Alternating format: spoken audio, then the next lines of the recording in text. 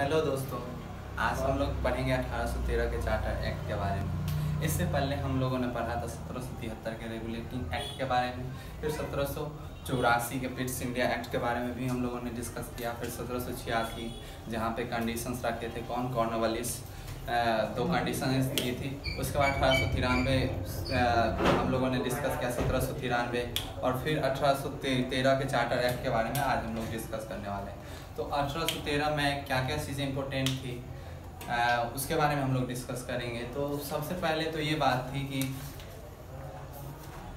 ईसाई मिशनरी जो थे, यानी कि शिक्षा का प्रसार करना यहाँ से स्टार्ट हो जाता है 1813 से। और ब्रिटिश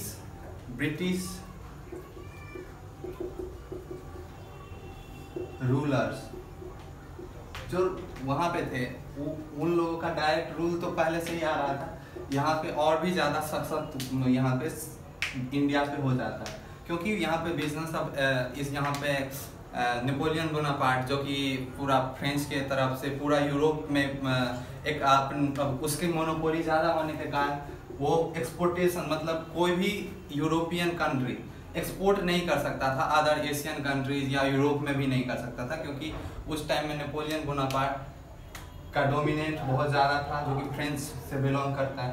और 1806 से 1814 के आसपास तक वहाँ का सम्राट भी रह चुका है, जो कि मिलिट्री के रूप में ज्वाइन किया था फ्रेंच पे।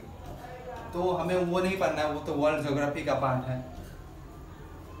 तो उसके बाद क्या हुआ, यहाँ पे जो ईस्ट इंडिया कंपनी का एकाधिकार था बिजनेस का, उसे समाप्त कर दिया गया, और बस एक चाय का बिजनेस और चाइना के साथ ट्रेड, इस दोनों को छोड़कर कोई भी दूसरा एकाधिकार इसे प्राप्त नहीं था, जो कि पहले से 200 सालों से ईस्ट इंडिया कंपनी के पास एकाधिकार था बिजनेस करने का।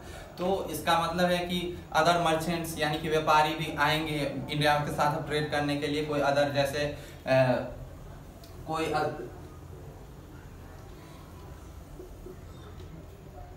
भी अलग कोई भी अगर बिजनेस हो उसके लिए यहाँ पे कोई भी मर्चेंट्स आ सकते थे, लेकिन चाय का व्यापार और चाइना के साथ ट्रेड सिर्फ ईस्ट इंडिया कंपनी को ही अधिकार था बिजनेस करने का।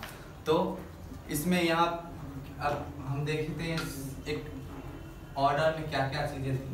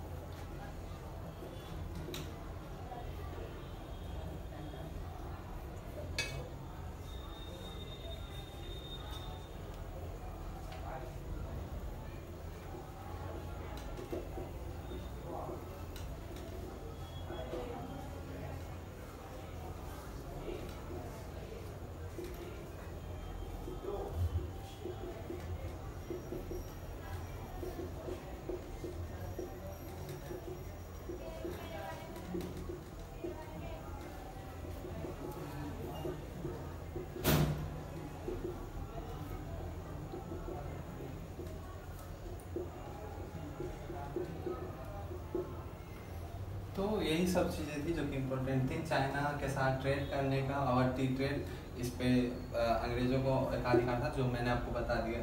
और ईस्ट इंडिया कंपनी का एकाधिकार को समाप्त कर दिया गया, जो कि 200 सालों से, लगभग 200 सालों से चली आ रही थी। और वेस्टर्न एजुकेशन के पे ज़्यादा फोकस किया गया, जो वेस्टर्न एजुकेशन, इसके लिए मिशनरीज, बहुत सारे मिशनरीज की स्थापना की गई। और इसके थ्रू इनलाइट करने का, जैसे वेस्टर्न एजुकेशन में जैसे हमारे यहाँ गौतम बुद्ध एनलाइटमेंट के थ्रू हम लोगों को शिक्षा प्रीचमेंट देते थे, यानी कि तो यही सब कुछ चीज़ें थी जो कि 1813 के चार्टर एक्ट से हम लोगों को पता चलता है। तो thank you so much for giving your important time. Bye bye, see you soon.